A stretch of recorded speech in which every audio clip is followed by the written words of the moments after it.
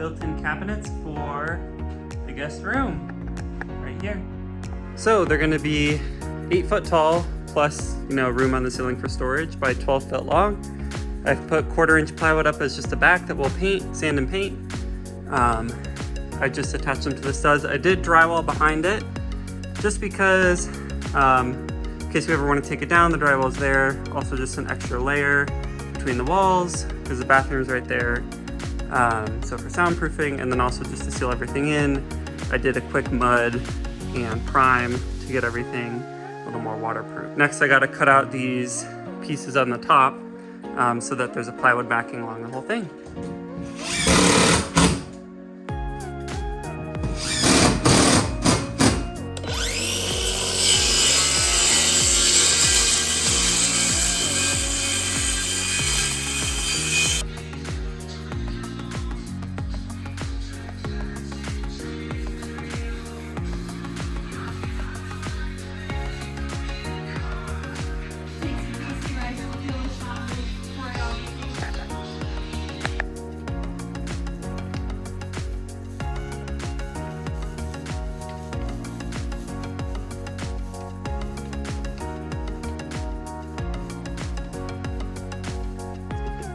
So I've got all the boards, well not all the boards, but all the boards besides the drawers cut out.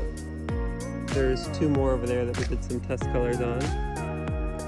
And now I'm sanding them to get them ready for the paint sprayer.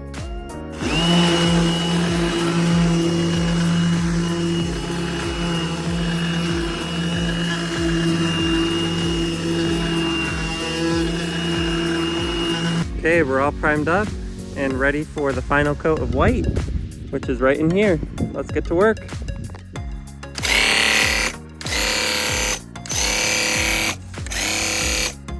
Okay, so all the pieces are up now. We've got 4 sections. 1, 2, 3, 4.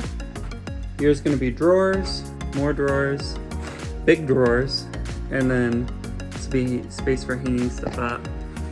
And these 3, and that'll be storage space for bathroom stuff. And then we'll have stuff up there for totes. My next step is I have a lot of pocket holes that I made to connect all the pieces. We're going to wood fill those, and then any little tiny gaps you can see here, we'll wood fill that as well to get everything looking good. And then we'll sand that off and then paint it, and then it'll be ready for curtain rods and then start building the drawers.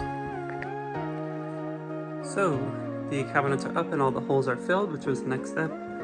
I used wood filler, you can see over these nail holes that held these together. And then on the seams as well, I used some wood filler to give it a nice seamless look, no pun intended. I had to fill in some of these extra places that were a little bumpy after we finished. But everything is looking good. Just a pro tip, some of these had a little bit of a bigger gap between anything that was over an 1/8 inch, which was a couple of them. I used paintable caulk and caulked the gap, and then if there were any spots where I needed extra wood filler, I would do that. That's just because caulk's cheaper, it's easier than the wood fill, so I did that for the bigger gaps. But looking good. I just painted the bottom, I primed them. So the next step will be to paint all of this the finished white. So today we are building some more drawers. You can see we have a good amount of them already in, and some clothes in as well.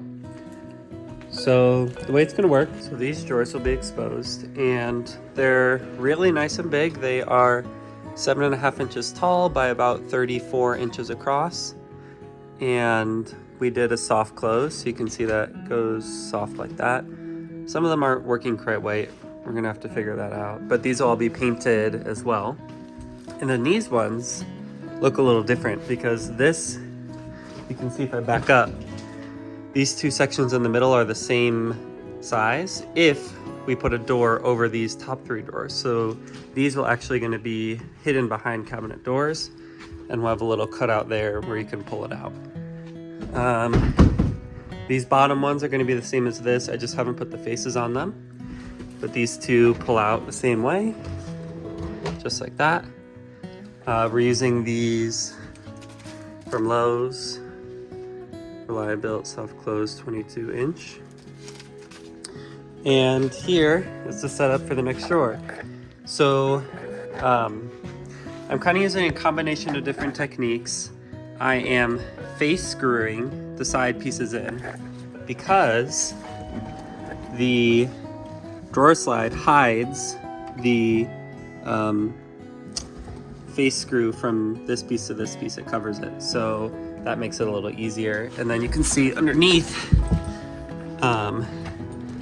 pocket screws attaching the bottom to the back piece, and then the pocket screws will attach the front piece as well. So to make things move smoothly, I do all of the pocket holes and face screws while everything's disassembled.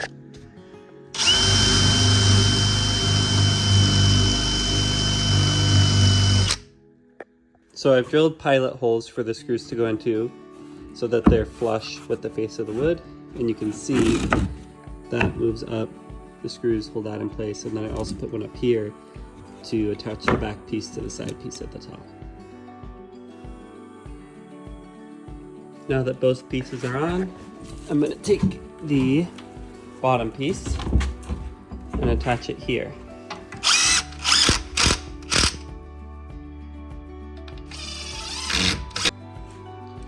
So now the back is screwed in, you can see the door coming together. Now, I'll say that there was a slight lippage here, which means that I cut this piece slightly too long, so I'm going to take a planer and plane this down so it's even with the back.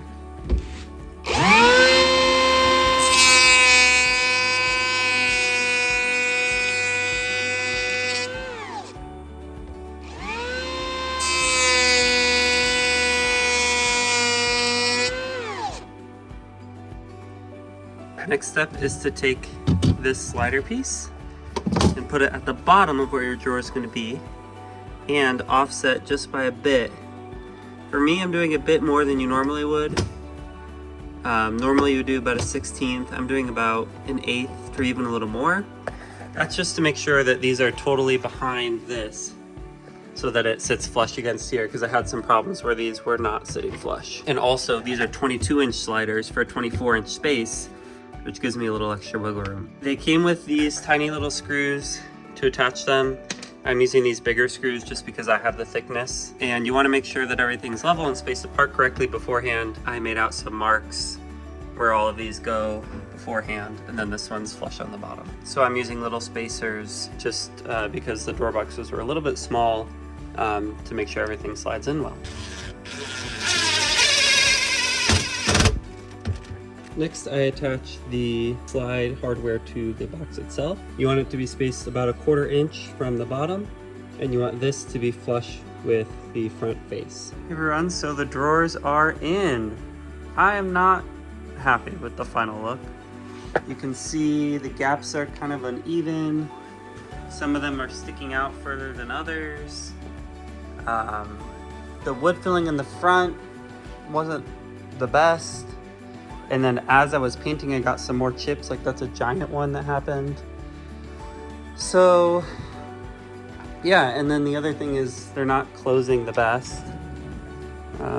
So it opens and it's supposed to be soft close. That one is actually pretty decent. Same with that one. I keep getting good ones. I don't have drawer pulls yet. Let's see, maybe this one. Yeah, that one. See how I pushed it and it didn't close, and then I had to push it close like that. But I mean, overall, I'm pretty happy with it. It's a cool design. These ones are different, these top three, because this will be cabinet doors and then this will match. So it'll cover those 3 drawer faces. That's why there's the insert in there, so that they don't have drawer pulls sticking into the cabinet face. But overall, exciting. And gonna be moving on to the next project because this has taken like over a month, building this whole thing. So it's time to move on.